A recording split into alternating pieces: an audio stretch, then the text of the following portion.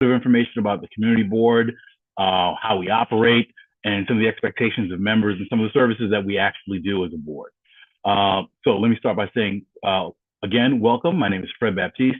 I currently serve as the chair of Brooklyn Community Board 9. We also have on with us our district manager, Dante Arnwine. So he'll be helping me with the presentation this evening. And we also have a number of board members. I'm glad to see board members who are with us this evening, as well as some names I have not seen before, which is great. So hopefully we'll be able to provide a little bit of information this evening about the board, again, how we operate, and answer any questions you have about CB9 or community boards in general. Just a couple of housekeeping items. So while we're presenting, we would just ask that everyone please mind the microphone so that way we're not getting any background noise and we're able to go through. We want this to be interactive as well. So at different points we'll stop. If people have questions, we'll definitely try and see if we can get as many of those in as we're going along, and definitely there'll be a Q&A at the end. I would also ask, if you are joining us by phone this evening, in order to be raised and recognized, for you to raise your hand, you're going to use *6. So if you're all joining us by phone this evening, *6 will allow you to raise your hand, at which point we'll be able to recognize you, and you'll get a prompt to unmute. And *9 will allow you to unmute, to mute, and *9 will allow you to mute and unmute. Okay. All right. And with that being said, at this time, I will turn it over to our district manager, Dante Arnwine, and he'll kick us off.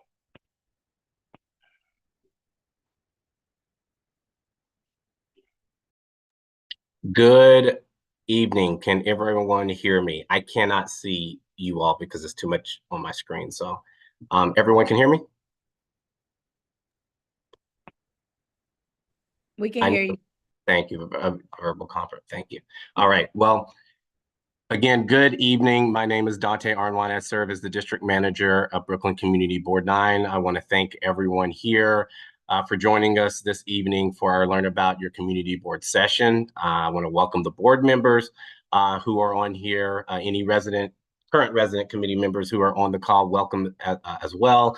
And then any new members of the public who have had some or small experiences with community boards or haven't had any experiences at all, welcome you. I welcome you, and I hope that this session provides you with some information to make a decision on if you want to join a community board or not. All right, Brooklyn Community Board 9, you will often see in documentation sometimes, even when we speak, we might mention Community District 9. Community District 9 is the geographical area in which Brooklyn Community Board 9 represents. Our district covers the neighborhoods of South Crown Heights, Prospect Lefferts Gardens, or PLG, Wingate, and the north portions of North Flatbush. To the north, our border is Eastern Parkway. So above us is Community Board 8. Our border with Community Board 8 is Eastern Parkway. On our western side, our border, fortunately, is the Botanical Garden along Washington Avenue. And then it also cuts down to Ocean Avenue and then a little bit of Flatbush. Our southern border is Clarkson Avenue, Flatbush, all the way to Utica. And then our eastern boundary is Utica Avenue, all the way up to Empire Boulevard, East New York. And then it goes over a little bit to Rochester. More people are coming in, that's good, to Rochester. So that's our community district. Again, we serve the neighborhoods of South Crown Heights, PLG, Wingate, and portions of North Flatbush. I think it's also very important to mention that community districts are different. Not all the community districts are proportionate.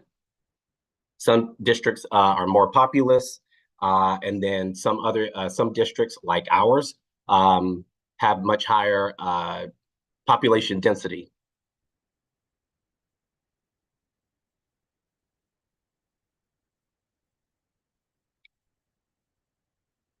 Okay, thank you very much for that, Dante. So at this time, we'd like to describe, continue on that conversation about what a community board is. So as Dante had said, so there are different community boards. We're bordered on our northern side by CB8, on our southern side by CB14, and I believe on our eastern side, is it 14? 17 and 14 are our southern border. Okay. So there are 18 total boards in Brooklyn, we being one of those. So a community board, it's a municipal body, up to 50 board members are appointed. The board members are all appointed by Borough Hall. The way the constituencies are made up, a portion of those are appointed as Borough Hall, what we call Borough Hall appointees, but then council members also get to recommend members to the board, and that's broken down in proportion to what portion of the area they actually cover. I believe we have 41, 40, and 35 are the council districts that cover CB9. So a board member is appointed for a 2-year term. As a result of a referendum that passed a couple of years ago, board members serve a maximum of 4 2-year terms, after which you have to sit out for a minimum of 1 year, and then you could actually reapply to be on the board as well. But we have had board members who have been here for quite a while. I believe we have at least one board member who has better than 20 years on. I've sat on the board for about 12 years myself. But we've also got a lot of fresh new energy as well, which is a great thing on community board, because they allow us to get those perspectives and insights. In terms of who is on a community board, it's really members of the community. So we're talking about the specific definition is somebody who lives in the district, or if you work in the district, if you own a business, or and this is sometimes the catch-all, if you have a significant interest. So if there are programs you run, or if there are different things you do, you can make a case in terms of why your perspective would be important to a specific community board. But I think the operative thing is here, we're all neighbors. We're all in this community. We're all here. We live, work, or we have something to do, and we care about this district. So that's really probably the prime, criteria in terms of being a member of the board. Okay, so now in terms of what the boards do. So there are a number of things that are highlighted on the slide. So for one thing, we are able to weigh in on variances. So the city has zoning in terms of what can be built, but if people want to actually apply to do different things, if they want to build a building taller, if they want to build further out, if they want to do something against the variant, other than what the zoning applies for, the community board has an opportunity to weigh in and advise on those things. Another important function of the community board is we make recommendations about the services we receive, and we take that very seriously here at CB9. We all live here, we work here, we pay our taxes here, which means we are entitled to services. So one of the things the community board does is we hear those issues that are happening in terms of if services are not being done, or if we need additional services, we're able to channel those recommendations to agencies and to the elected officials, trying to see if we can make sure that what needs to be done is getting done in the board. And that goes to that next slide about making recommendations for the capital and expense budgets. That happens on an annual basis. That is a function we serve as well. We're responsible for monitoring. So once we ask for those services, making sure they get delivered. And that's one of the parts we'll probably discuss a little bit later on in terms of making sure if you see something is going on, if there are issues, if there are complaints, if there are services not being rendered, part of what we do is we make sure we advocate on behalf of the community to make sure that those things are getting done. Okay, Dante, I think you can go next slide. Perfect, thank you. Now, in terms of the organization of the board, so we have 7 officers who are elected from the board. And actually, let me come back to that. So as we mentioned in a previous slide, there are up to 50 people who are appointed by Borough Hall. Those constitute the board. From those potentially 50 members that are appointed, the board on an annual basis will have elections, and we elect 7 officers. We will elect a chair of the board. We will have a first and a second vice chair. We elect an executive secretary. We have a treasurer that's also elected. And then we have 2 members at large that are elected from the board as well to serve as officers. And they comprise the executive committee. Now, the executive committee has oversight function over the other committees. In addition to their responsibilities, they kind of help to set the agenda for what the board is going to be doing on a monthly basis. Now, also going from that, so we talked about the board itself, we talked about the executive committee, and then we have other committees, other standing committees that we have. So I believe we have 10 committees at this time. I'm not going to go through the entire list, but basically we touch on all the subject areas that would affect the district.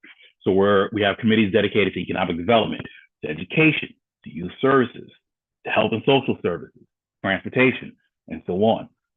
So those committees help, and really, I have to put a plug in with respect to the committees because that's the engine that drives the board. That's the place where we have the conversations about what's going on in the district and what needs to be going on in the district.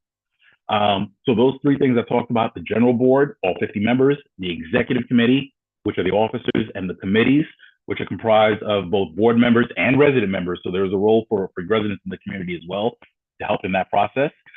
But we also have an administrative side. We have a district office. So they run the administrative side of that. So I've already introduced to you our district manager. So the district manager, Dante Armine, he's been with us for about 2-3 years now. 3 years now. Okay. So the district manager leads that office, and he's also assisted by an office staff. We have an assistant district manager, Mia Hilton, and we also have a community assistant. Is it assistant or associate? It should be associate. Okay, so we have a community associate. I didn't want to demote him. Community associate Khalid Jamat. So those three persons, especially if you call the district office, those are the three that you interact with the most. They're in on a daily basis, and they process complaints, and they help the board with all the administrative activities that we do. All right, thank you for that. So on the presentation now, this is a slide showing our website. The CB9 website is definitely a place where, can you hear me? Everybody's good? Okay. It's definitely a place where we look to push people for information. We definitely try to get the information up on the website as fast as possible. On our website, this specific slide is our bylaws and governing docs. I would definitely encourage folks, if you have the opportunity to visit our website, go to this webpage. You can download the bylaws for CB9, the New York City Charter, the rules of conduct for the board, and then also documentation regarding the open meetings law. Very important regarding this slide, our bylaws. And our bylaws are our governing documents. So community boards, and we'll talk about this a little bit later, are separate government agencies. And so they operate and are governed by their own bylaws. So Community Board 1, Community Board 14, Community Board 17, those agencies have bylaws. So boards operate a little different depending on their bylaws, but I definitely want to encourage folks, if you haven't had the opportunity, if you're interested in being on the board and you want to gain a quick understanding of how the board operates, what are the responsibilities of a board member, I definitely want to direct people to our governing documents page. I would definitely also encourage you, it's long, but if you know how to search through the city charter, you can search directly to the section for community boards. Definitely want to encourage people, if you have an opportunity, to look through that as well.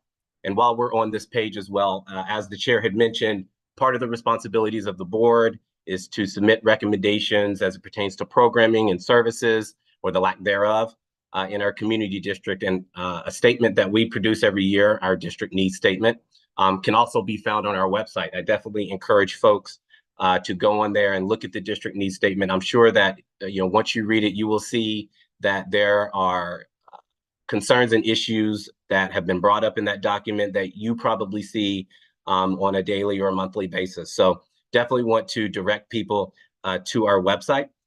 From this page, you can kind of see a little bit how our website is built out. From the tabs, you can click there and see the board members. It will also, and then you can click the next to see committee members. An important, very important tab I want to direct people to is our agendas and minutes page. Once the committee chair of the respective committee creates their agenda for the meeting, we will put it up on the agendas page up on the website. So definitely, if you're interested in participating in committees, you can visit our website, and please share this information with members of the public because it's public information. But I definitely want to bring that to your attention. Let's see, next slide. organizational chart continued just a little bit here. As the chair had mentioned, there are 18 community boards in the borough of Brooklyn. Community boards, we operate, so we are separate, but we're also under this umbrella of the borough president's office. And we'll speak to that just a little bit. With Borough Hall, our relationship between the board and Borough Hall, the community board receives technical guidance from Borough Hall. The board office staff, we work with the staff over at Borough Hall on certain administrative tasks, processing rent, things of that nature. With Borough Hall, well, the chair meets monthly as a representative of Borough Board at Borough Hall, and then I, as the district manager, I meet monthly with the chair of community boards, Carol Ann Church, along with all of the other district managers across the borough to bring up, as you can imagine, issues across the borough and really trying to figure out what the borough president's office, what support the borough president's office would be able to provide on certain matters. Pertaining to our relationship, Borough Hall provides the board, again, with certain resources to perform its responsibilities. So one of the, this is just an example, but during the pandemic, boards had to go remote. They definitely did not have those systems set up in place. And so they looked to Borough Hall, and Borough Hall was able to provide like a WebEx account with licenses so boards could fulfill their charter mandated responsibility of providing public meetings to the public. So we work with Borough Hall on things of that nature. And then again, the last bullet, we also work with Borough Hall directly to bring programming and services to CB9. Many of you may be familiar with the farm stand that's at the corner of Crown and Nostrand, the current mayor, but at the time, the borough president, Adams, the majority leader at the time, Lori Cumbo, along with Assemblymember Donna Richardson and Senator Myrie, we all worked together to assist and help bring that farm stand to the district. And so depending on what the services are and what the need is, we work with Borough Hall to bring that to our board. I think I went to.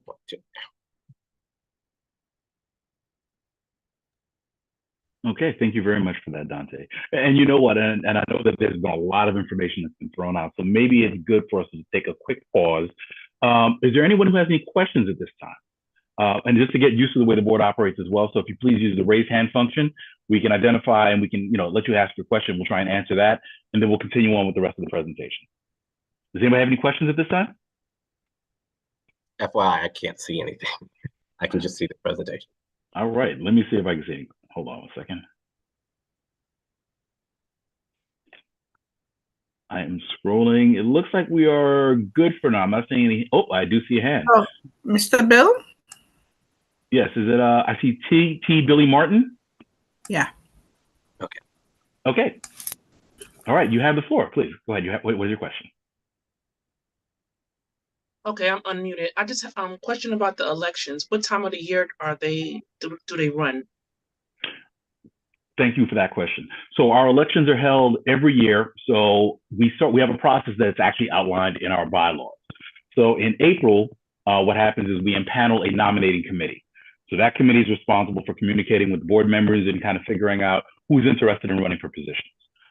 So by that May meeting, they come back with a report saying, okay, well, these members have identified that they'd like to be considered as candidates. From that point, we also get additional candidates from the floor.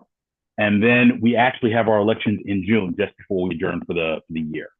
So it's a 3-month process for us that starts in April and culminates with elections in June.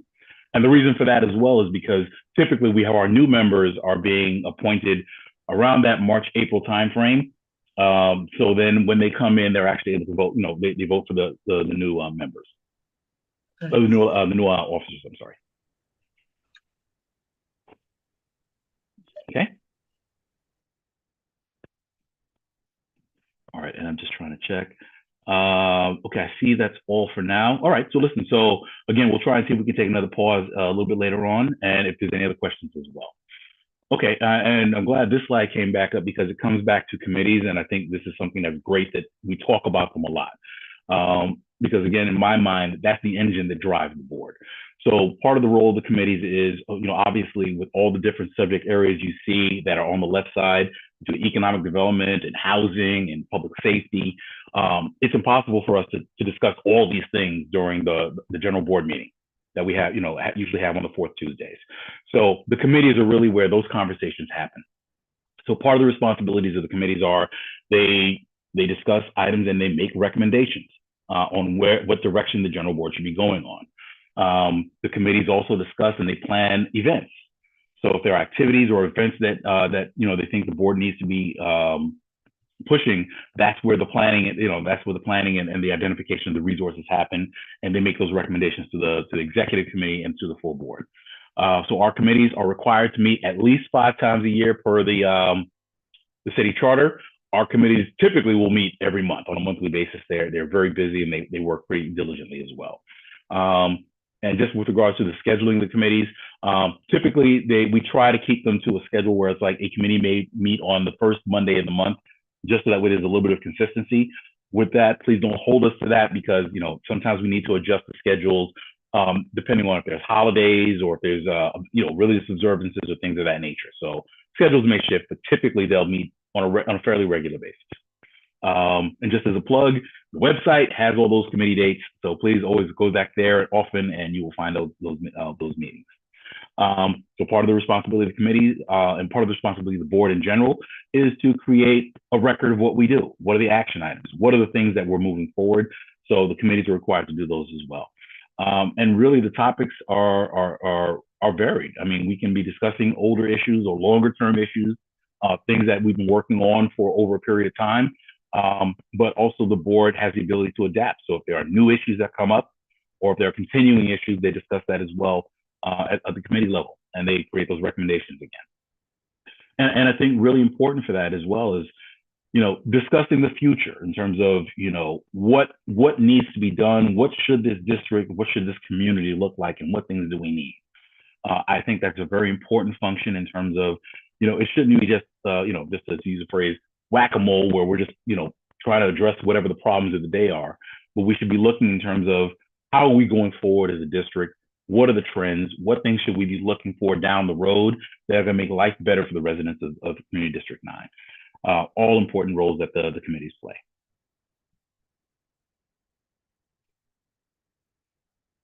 Okay, so in terms of the activities, and this just really kind of expands a little bit on this.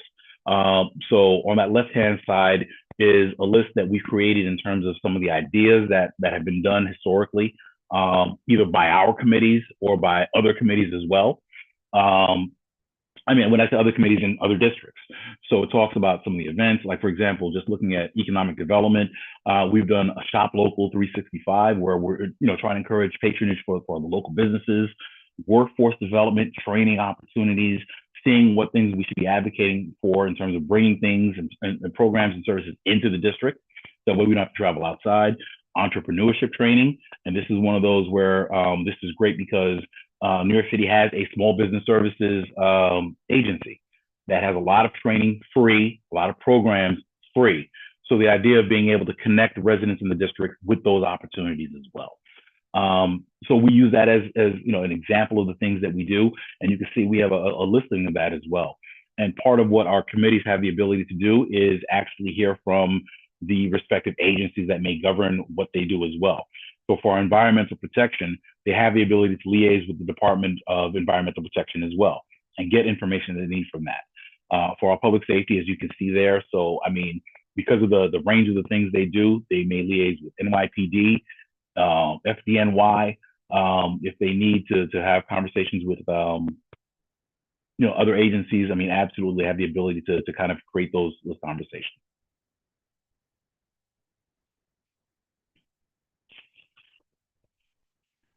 All right, and with this slide, wanted to discuss very briefly board members and what the job, what the job entails. So when you are appointed to Brooklyn Community Board 9, a couple of responsibilities. So all board members are required to serve on at least one committee.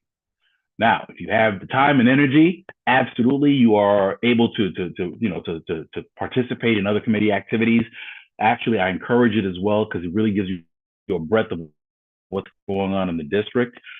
We encourage board members to also support board activities. So once the committees have created an event and it's approved by the board, it's a board event, and we always ask for board members to support those things and to act as ambassadors. The other requirement, to the committee is the board attendance. So by the terms of the city charter, community boards meet on a monthly basis. So between September and July of every year, we meet on a monthly basis. We may occasionally meet for a special meeting if there is an issue that arises that requires immediate attention. We try to limit those, but there are special meetings that may happen as well. But in terms of the attendance for those activities, that's what's required. So if anybody's thinking about that, we would just like to consider that time commitment where you have to at least commit to the one committee meeting a month and to coming to the board meetings as well. I say this as well in terms of when you're a member of a board, we understand typically you're a member because you do a lot of things. You're probably very busy and you're probably very involved in the community. We have members who are block association presidents, PTA, they're members of PTAs or SLTs, or they're involved in local religious groups. So we understand a typical board member is already busy and probably has 3 other things on the burner. But the one thing we ask is that you also consider is that, if you're appointed, that is a big responsibility that you're being given as well. And part of that is to make sure that you're coming and attending and making sure the board is able to do its work. Okay. And I always tell board members this, and I put this out as well. As a board member, you're also an ambassador. So part of the job is to help bring others into CB9. I always say that we don't know what we don't know. And this is why it's very crucial for board members to act as ambassadors. If you're talking to a neighbor if you find out there's an issue, there's a problem, to help us to understand what it is as well, to encourage people to work with the community board. You can bring issues as well. I think one of the things that we always tell people to do is that if you see something, say something. The way we say something is by making sure we're filing 311 reports. We encourage the neighbors to do it. You as a board member can do it as well. File that. So that way we make sure the city has it on record that there is a complaint. And then I always advocate the next step after that is to let our district office know. So that way they can actually take it up as well and go in and make sure they address just the issue with the appropriate city agencies. A plug for the district office, our team is great. And they are very good and they are very well connected in terms of being able to address the issues with the local agents, with the city agencies. So they're fantastic, and I think it helps to get things done. And again, so wherever you're plugged in to help the board extend its reach. So if it's a matter if you're involved in a church or a synagogue, or if you're in a school organization, or if you're in a business that may want services to help us, get the word out to all those different constituencies. And then the other thing we're doing as well is we're encouraging members to take leadership, to seek leadership roles. So absolutely, if you're interested in serving as a chair or a vice chair or a secretary of the committee, or even to help drive an activity or an activity of the committee, we absolutely encourage that. And we're also trying to seek opportunities where we can help train, in terms of helping. The city offers a lot of trainings as well in terms of Robert's Rules of Order, parliamentary procedure, getting better understanding of different city processes like zoning, how that works. So there are opportunities that we partner with city agencies for, and when necessary, we try and create them on our own as well if we see the need. But absolutely, and I want to put out that as a board member, absolutely a great weight and responsibility, but you're not in it alone. And the one thing we try and do is make sure that we support the board members as well. So if there's things that you need, please, it's just a conversation. Okay, and this last part, because I have to do it as a board chair, in terms of making sure that we address that again, attendance. Being a board member is an honor. I mean, you're selected to be one of 50 that represents a district of over 100,000. So that is a pretty big honor and responsibility. And I want to stress that responsibility part. The only way the board can work is when members show up to the things that they need to do. So making sure that you are going to your assigned committee, your committee assignment, to make sure you are coming consistently to the board meetings and showing up. Sometimes it requires going to hearings and other things as well. But we just ask at a minimum that, if you're considering it, that you consider that at least, and make sure that you're in a position to the best, at least to the best of your knowledge, that you'll be able to be a participating member, an active member of the board. And as I say that, the one thing I want to put out right now, it's not so strict that we preclude that life happens, and we get that. You have sickness, you have family issues, you may have other things that happen as well, and absolutely we understand that. But we also want to make sure that if you say that you want to be a member of the board, that you understand that there is some requirements that we have of you in terms of your time and your talent.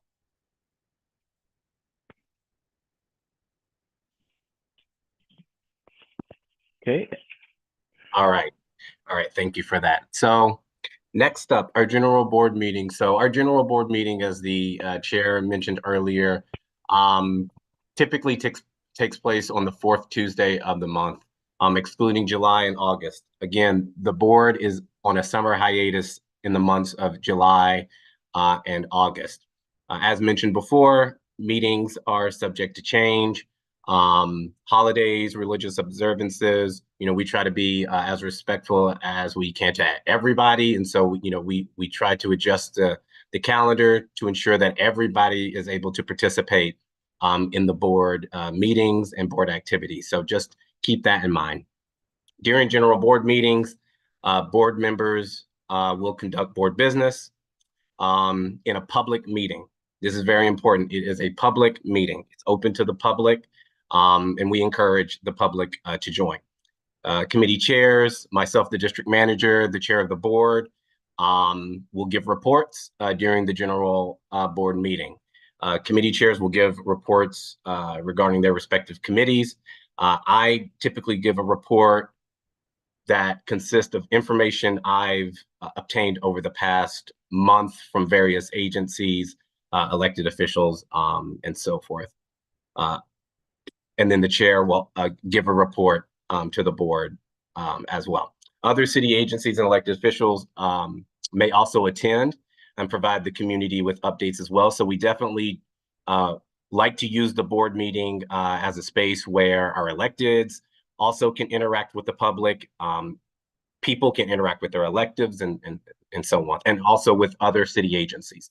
City agencies are large and they can be daunting. And so, being able to interact with them in person can be beneficial. Meetings are conducted using Robert's Rules of Order, the parliamentary procedures. Members of the public can sign up to speak during our public comment period. This is during the public session of the meeting at the beginning, typically at the beginning. You can call or email the board office to sign up for public comment. I would recommend calling the day of the meeting to sign up for public comment, but you can call or email prior to sign up for public comment, and we will add you to a speakers list for public comment. You can also sign up for public comment at the general board meeting. If you show up, there will also be a public comment sign-in list where you can sign up as well. And again, as mentioned before, agendas for committee meetings and for the general board meeting can be found on our website. And just to give you just like a visual of what our agenda looks like, you can see on the screen, this was the agenda for our December general board meeting. So we put information on there. I definitely would encourage people to go back and look at our past agendas just so you can kind of get familiar with how the meeting is structured. All right. The board office. So we are a team of three. Myself, again, the district manager, Mia Hilton, our ADM, and Khalid Jamaat, our community associate. So in the board office, we actively participate in the coordination of the delivery of services. So services, sanitation comes to mind immediately. Sometimes information doesn't get to people. And so part of my job, and a big part of my job, I would say, is getting this information out to people. So services, holidays, sanitation, right? collection schedule may be adjusted, and a lot of people, may not know that was adjusted. So, we use instances like that, work with city agencies, and try to figure out the best ways to make sure that, if something like that happens, if there's a storm coming in or there's a holiday, services are still getting to residents throughout the district. As a district manager, I attend community board meetings, and I report on issues concerning the district, and then actions taken at district service cabinet meeting. I'll explain in a second. A big part of the board office is that we process complaints from residents. It says of the district, but we get a lot of calls. Residents of the district relating to services provided by municipal agencies. We also resolve minor local complaints and process, again, complaints of a reoccurring nature. Again, the board office, we all handle the administrative functions to support the community board. So you all saw a visual of the agenda, right? Our staff, we get the information from the chairs, we put the agenda together, and then we put it up on our website. We put the information in our e-blast. We send it out to board and resident committee members. We put it up on the Link NYC kiosk. So we handle all of that those administrative functions of the board. And then again, we help to set and organize, committee agendas, set the meetings. So calendar invites, all of that stuff, the calendar for the board. We work with the committee chairs and the exec to get that scheduled. And then we maintain all of the records and minutes of the committee meetings that are sent to us after the meeting. So, we do a big part in the board office supporting the larger community board. A big piece. And typically how the board office interacts with the public is typically through the processing of complaints. So the chair mentioned this earlier. We handle those complaints. So if you see an issue out in the community, again, call 311. 311 will give you, you can call or submit it online. You will get a service request number from 311. Once you get that service request number, we ask you to connect with the board office. It might be me, it might be Mia, it might be Khalid. We'll take that service request number, send it over. I'll send it over, Mia or Khalid will send it over to the respective city agency to try to figure out what's going on with this complaint. If there hasn't been any movement on the complaint, why hasn't there been any movement? So we do our absolute best to elevate and expedite complaints that come in. Sometimes it takes time. Again, these agencies are large.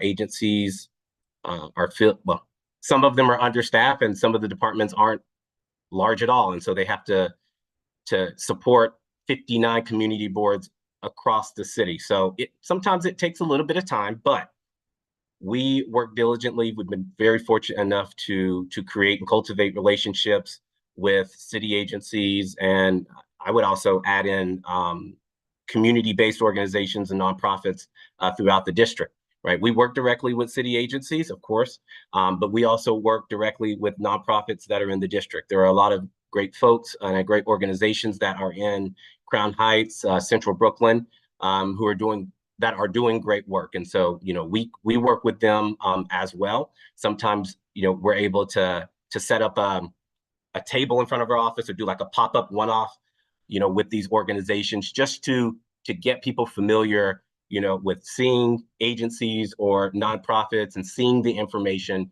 and connecting them with the board.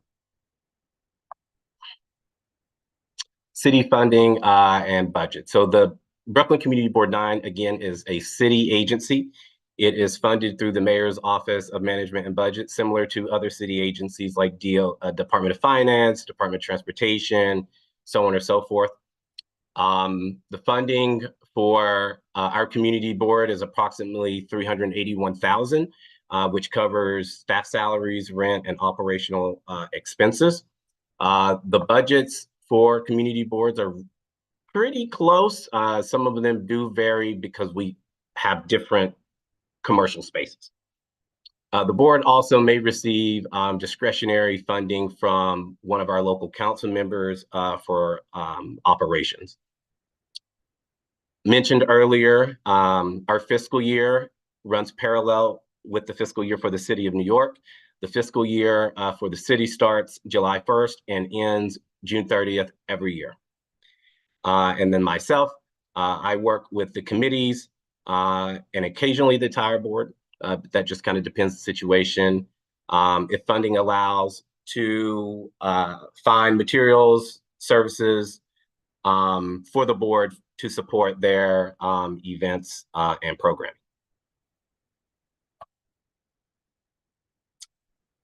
How to join Brooklyn Community Board 9.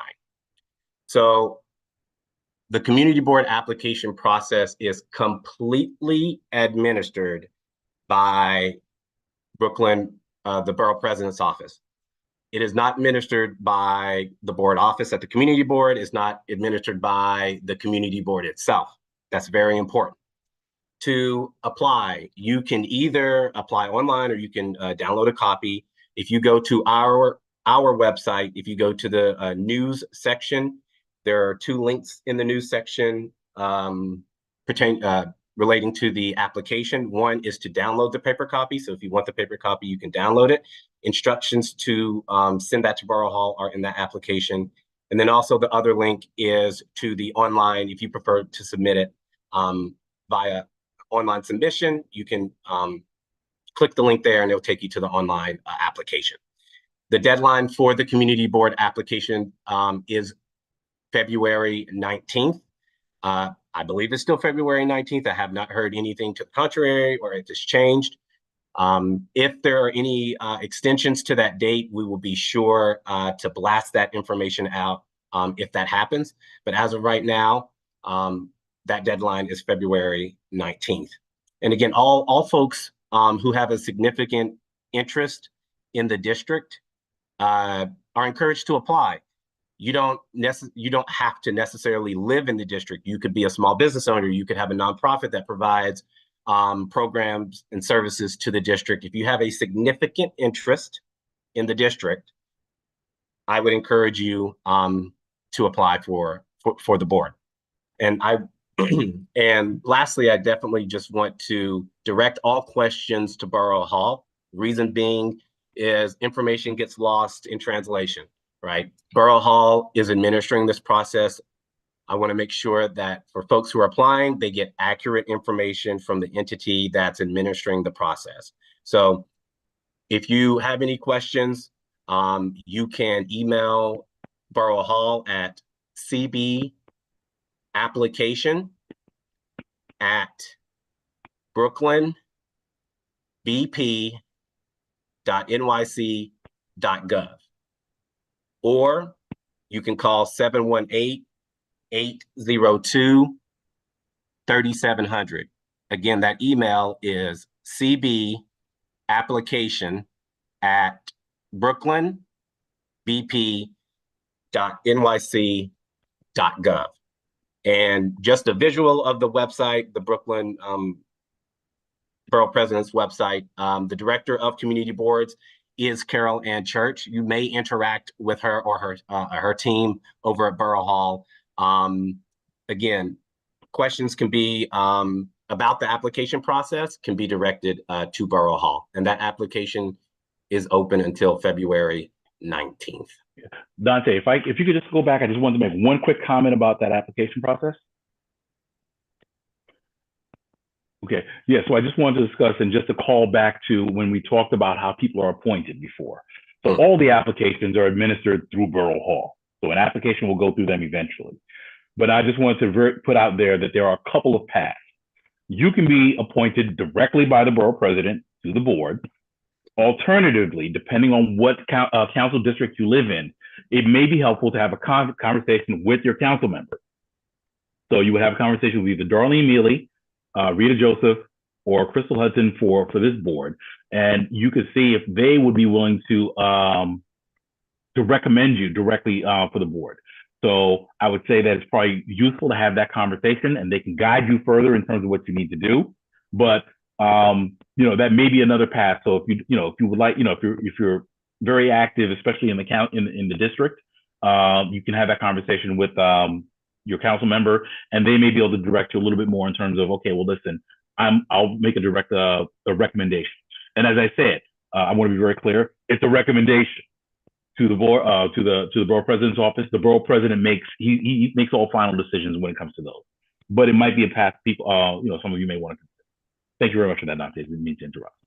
No problem. Thank you. All right. Okay. So as mentioned, a couple of ways to serve on Brooklyn Community Board 9. One is an appointed board member by the borough president's office. Another way to serve on the board is as a resident committee member. Resident committee members are vital to the work that committee members do. Resident members are appointed to the committee by the chairperson of the board. We typically do, that appointment process happens in the summer when we get the committees stacked with the board members and the new membership.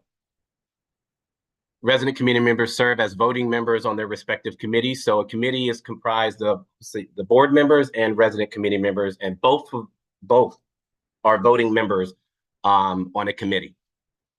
The 2024-2025 resident committee member application will be live in the summer of 2024.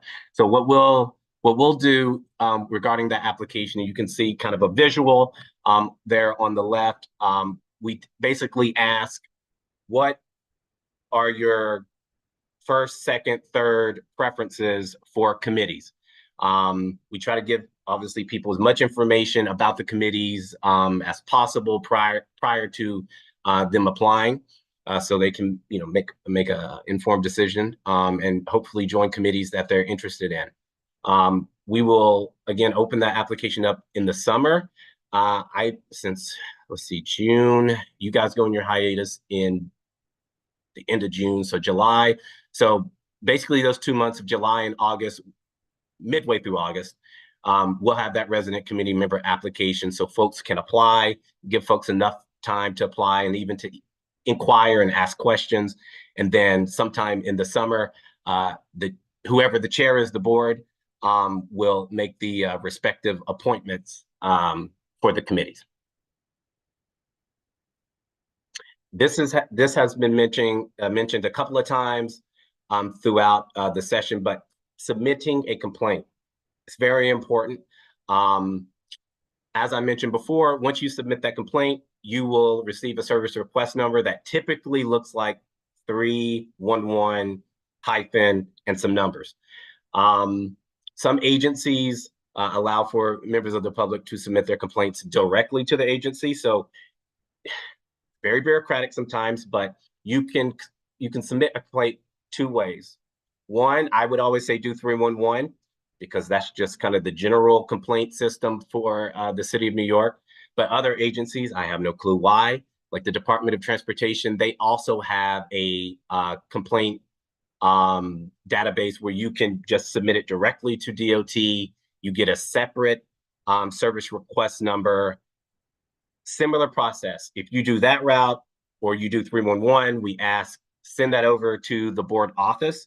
So we can send that to that respective agency and follow up with them to figure out, okay, what's going on with this complaint. I will also ask this is, when you submit complaints to 311, give it, unless it's like an immediate situation, right? Give it a day or two, right? The agency they get the information, the agency has to respond to the complaint.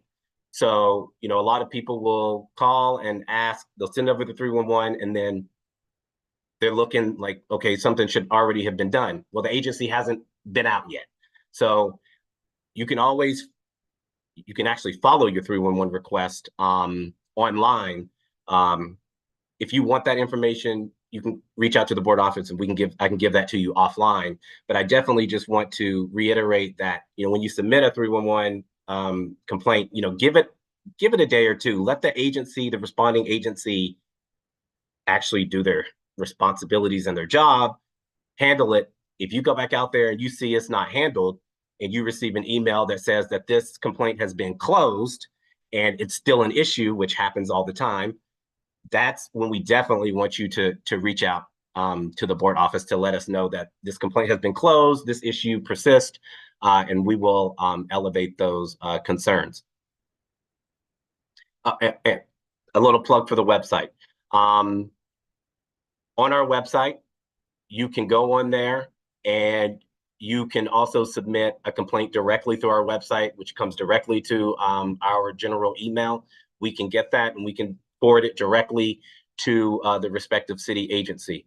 Again, I ask, if you don't have the ability to do 311, you can always call or submit on our website. But the more information, the better. Very important. The more information, the better. Pictures are great. Pictures are really great. Just as much information as you can when you submit these complaints, so we can work with these agencies to get these issues resolved in a timely fashion. Okay. And then lastly, I want to encourage everyone on the call, if you have not already, sign up for our e-blast. The community board is a small city agency. We do not have the luxury of having programs and services like the Department of Finance and other large city agencies. We really have to do everything grassroots. We build everything from the ground up. We've worked very diligently since I've arrived at the board to build out our e-blast listserv. We want to continue to grow that listserv. This is our way of connecting to members of the public. We only get a roster of board members, right? We don't know the 100 plus thousand people who live in our district. So if you know folks, your neighbors, definitely connect with them, have them reach out to the board office, and we want to get them onto our e-blast. If you know folks who are itching to be involved, connect them with us. If you happen to know folks who do not have the capacity to get online, they may not have internet, they may not have a computer, so on and so forth, give them the information to the board office. Our phone number is 718-778-9279. We're located at 890 Nostrand Avenue. If they don't have access to internet, we will figure out a way. We realize that not every person has the ability to get online. So if they don't have that ability, have them connect with the board office, and we will figure out a way to get them the information that they need so they can participate and participate in board activities and business, but also receive information from city agencies and from nonprofits that we get in our e-blast. Just a quick plug for the e-blast. Again, we get so much information. You probably, I'm not particularly sure how you found out about this session, but maybe it was from our e-blast. We get a lot of information. A lot is happening in the city of New York, especially citywide, with citywide text amendments and other things that the mayor and other elected officials are looking to do throughout the city. And we get notices for public hearings often. A lot of public hearings are taking place at the beginning of this 2024 year. So, and it's hearings on everything. It could be housing. We have another one in our e-blast. It's going to be MTA capital projects. So we get a lot of information, and it's not only from city-related agencies. It's also state agencies, some federal. So anyone who may need this information, I ask you, have them reach out to the board office, connect with us. We want to make sure that they're signed up for our e-blast so we can continue to grow that listserv and connect people to resources and programming that are in the district and that are coming to the district, and make them aware of policy changes and other meetings that are taking place throughout the community district. All right, Mr. Chair, do you have anything to add? No. So with this slide, I think we've reached the end of the presentation, and I want to thank everyone who's come this evening. And I hope we've given you some information that tells you a little bit more about the community board and how we operate. And I want to acknowledge we have a few of the board members who are here as well, and I want to thank them for coming out. And definitely, I mean, I think service on the board is really it's an honorable thing. I mean, this is the most local level of government we have in New York City, the service is great. So I definitely will say that the 12 years that I've been on have been great. It's been my honor and privilege to serve in this capacity as a board member and in this capacity as chair. And absolutely, I endorse it. But at this time, let's do this. Let's open the floor. So if there's anyone who has a question. Again, please just remember the raise hand function. We'll try and create a list and we'll make sure we try and get your question in as well. If you are calling in, if you've dialed in, remember to raise your hand, use *6. *6 will allow you to raise your hand and we'll be able to give you a prompt to unmute at that time as well. Okay, I'm trying to see. Let's see. I see Kendall Christensen. Okay, Mr. Christensen, go ahead. You have the floor, sir. Thanks. Very helpful. Filled in some gaps in my knowledge, and I appreciate it very much. A handful of questions. The maximum size of the board is 50. What's been the experience and the typical size of the board in recent years? Full complement or something less? It's typically something less. I'm trying to recall the numbers. Typically something less. I believe we actually had 50 appointments last year, and that might be the first time I remember 50 in a number of years. Typically, we're probably in the mid 40s. There might be a couple of vacancies. There might be midterm vacancies as well, because the way they do it, they stagger the terms. So in terms of half the board comes in 1 year, another half is reappointed another year. So if somebody leaves from one, there might be a midterm appointment that happens as well.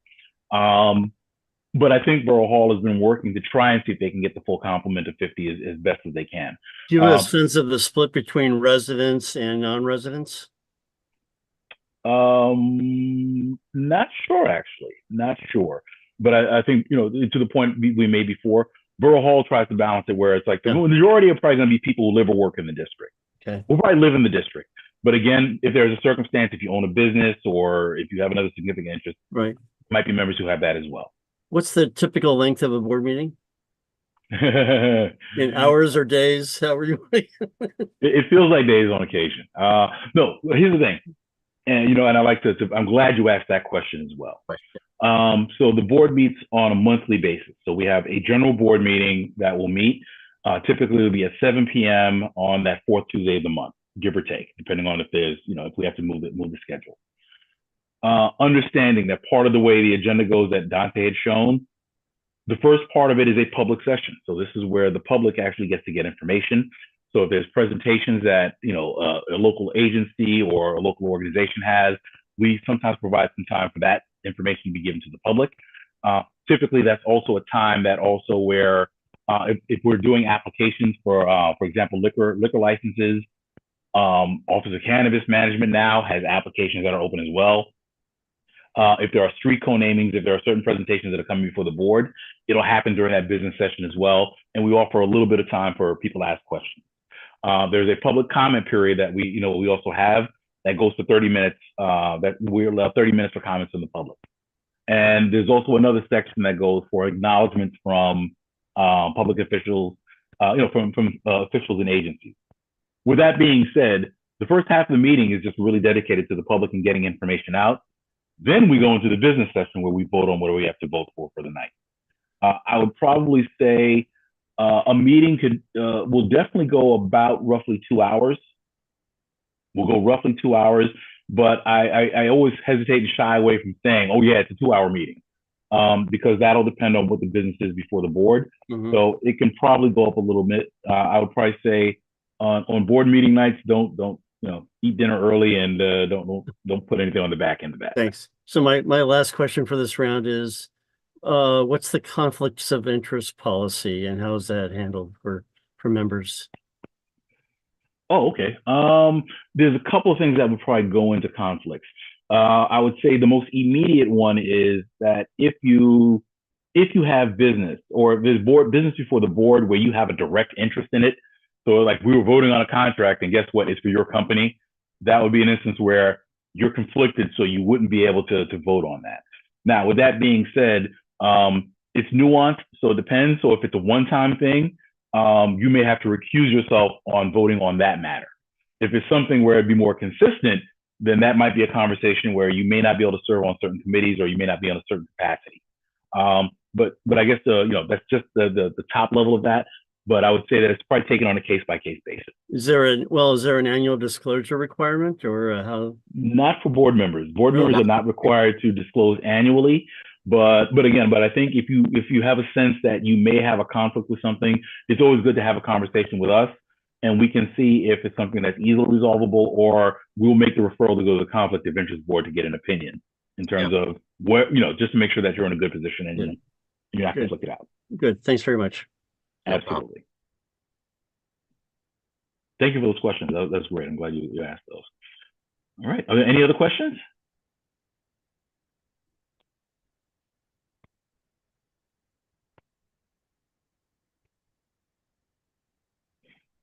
Okay. I know we had a couple of board members on. Oh, I see. I was just going to ask. I know we have a couple. Okay, actually, go ahead. Ms. Westerdahl, go ahead. Yeah, I just wanted to say, I serve on the Environmental Protection Committee. I started as a community member and then I became a full board member. I've served for 2 years. I just want to recommend that anybody applying should probably go, because anybody can go to the board meeting, like the full board meeting at the end of the month. I'm not sure what day it is, but you should go to that, and you should go to a committee meeting of a committee you might be interested in, at least one, just so you could see how things go and if it's something you're interested in. So just want to say hi and recommend that. Thank you all for excellent point. Thank you very much for that, Ms. Westerdahl. And as a matter of fact, so just even to that point, if you are able to, definitely between now and February 19th, definitely encourage that you come to a board meeting. So we have our board meeting is actually scheduled for next week on the 23rd, I believe it is. Yep. On the 23rd. So we'll be meeting at MS 61 on the Empire Boulevard near the corner of New York Avenue. So that'll begin at 7 o'clock. So you'll have an opportunity to see the board in action. Additionally, we actually video and archive all of our meetings as well. So if you would like, we have a YouTube page where you can go if you want to look at past meetings, and you can look at some of the meetings that we've had as well in terms of some of the topics we've touched, and see how committee meetings work as well. So if you wanted to get a flavor of what the board does and how it operates. Okay. Suki, go ahead. Hey, Fred. So I was actually gonna maybe suggest if you could talk a little bit more to the attendees about the differences between being a community resident member and a full community board member, versus just being an active member of the public who regularly attends meetings. Because much like Teresa, I started out just as a member of the public who came to meetings, and then I became a resident committee member, and then I became a full board member. And they all offer opportunities to, obviously speak to your community and to the board members and influence them and to learn about what's going on in your community. But they come with different levels of responsibility and, obviously like the the restrictions on your conflicts and so on. So I wonder if that might be helpful too. Sure, absolutely. So let's start with, I guess, that first step in your journey. So you can just be a member of the public who comes. All of our meetings are open to the public. So, if you are just interested, if you would like to come, if there is an issue you would like to address, absolutely, we encourage you to go to, committee meetings. I think that's really the first rung in terms of if there's a transportation issue, because those are an opportunity to more fully discuss, and you can participate a little bit more in terms of if there's issues or questions or complaints that you have that you would like to address to the board. So again, you are always invited to come to our meetings. They're open to the public, and you can pop in as often as you like or as little as you like. But the door is always open, and those meetings are posted on our website and they're part of our weekly blast. So I think the next level up from there would be actually if you wanted to serve as a resident member on a committee, if you have talents, if you have expertise in certain subject areas, we absolutely welcome that because it helps us in terms of being able to flesh out issues, especially if we have subject matter experts in places. And even as I say that, not necessarily, you don't have to necessarily be a subject matter expert if you're passionate about it. Come and I think it's a great opportunity to learn about a lot of things as well. So what happens, and Dante spoke to that process, is during the summer we actually launched launched an application for resident members. So you're able to select a couple of committees in terms of what you would like to serve. There's a couple of questions in terms of what are your qualifications, what are your interests, if there's certain skill sets you bring as well that would be helpful to the committee and to the board. So that's the next level in terms of being a resident member. And I think the other perk of being a resident member is as you're appointed to that committee, you're a voting member of that committee as well. So I think it gives you a little bit of, I don't want to say power in that respect, but I mean, but I think it gives you a little bit more skin in the game in terms of helping to direct policy for the board. And then that other rung that we talked about is, and I guess what we're talking about this evening is full board membership. Now, that process gets run through Borough Hall, and we talked about that application process. But as such, you are appointed as 1 out of 50 members to represent over 100,000 in a district. And again, I think it's great work. It's a great responsibility. It's a great honor to be a board member as well. It's a great honor to be a resident member.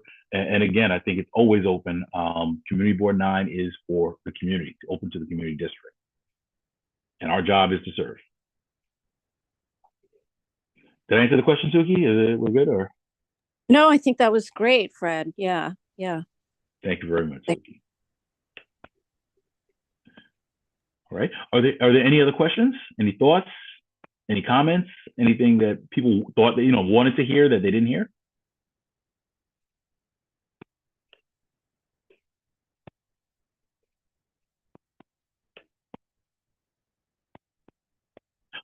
Okay. All right. So listen. So with that, Naomi.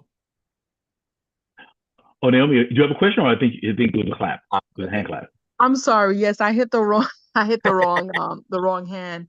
But thank you so much for the information shared thus far.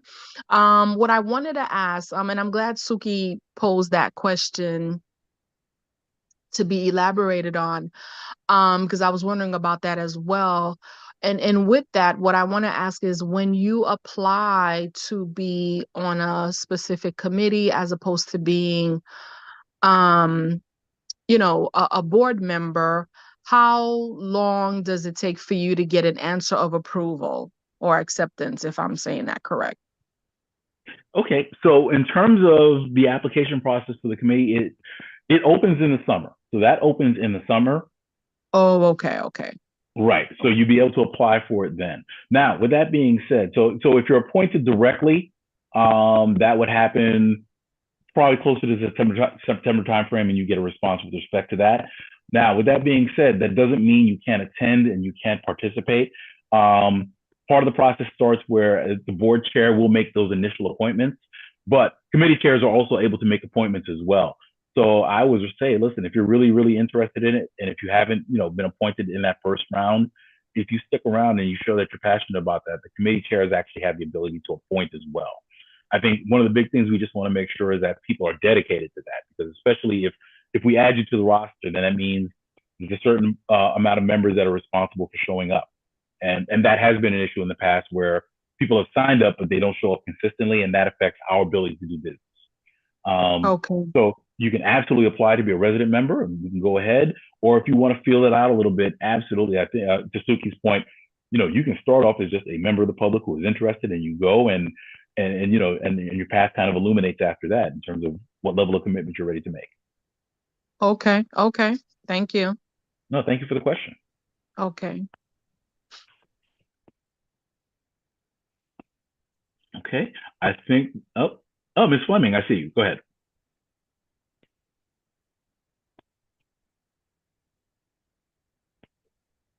Yeah, Valerie, did you have a question?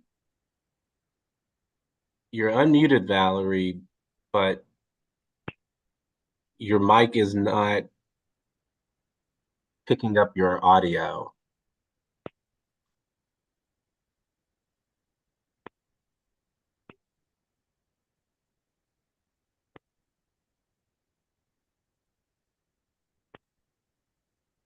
Oh, it's also mute. Is it unmuting? No.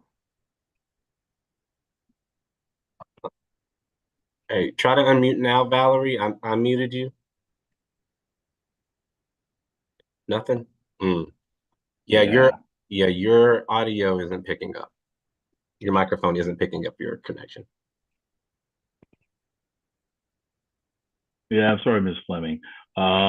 But actually, as we look and for the benefit of those who were there, Ms. Fleming has definitely been an active member of Community Board 9. She served on, she's been an active public member, and she's been an active member of a number of committees as well. So yeah, it's definitely great to see her. And she's definitely one of those examples of people we talk about who are just there to make whatever contributions in whatever way we can. I think that. All right, and maybe Valerie, one day we'll convince her to be a board member. Right. Valerie, you can send me an email and I'll respond.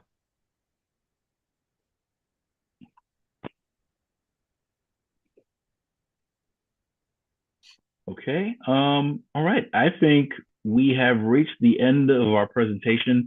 Again, I hope that this was helpful and we were able to provide some good information to everyone. And please, I mean, even if the takeaway from this is that CB9 is here, we are here to serve. And if there are any questions, please don't hesitate to contact the district office, and we'll see what we can do to assist at any time. Dante, did you have anything as well, or? I was just going to say again, thank you to everyone who was able to join. Thank you to the board members who joined. Thank you for that. If you are interested in joining the board, I definitely encourage you to come to the general board meeting on Tuesday. Again, January 23rd at 7 p.m. at MS 61, located at 400 Empire Boulevard. Again, if you have the ability to show up, I definitely want to encourage you to show up. Our committee chairs will be there, so there's going to be a quick opportunity for you to be able to meet some of those chairs, to have a brief conversation with them prior to the application closing.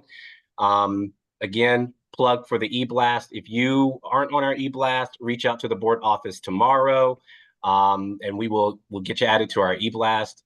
And if you know of anyone who isn't connected, give them the information to the board office and have them reach out to us so we can connect with them as well.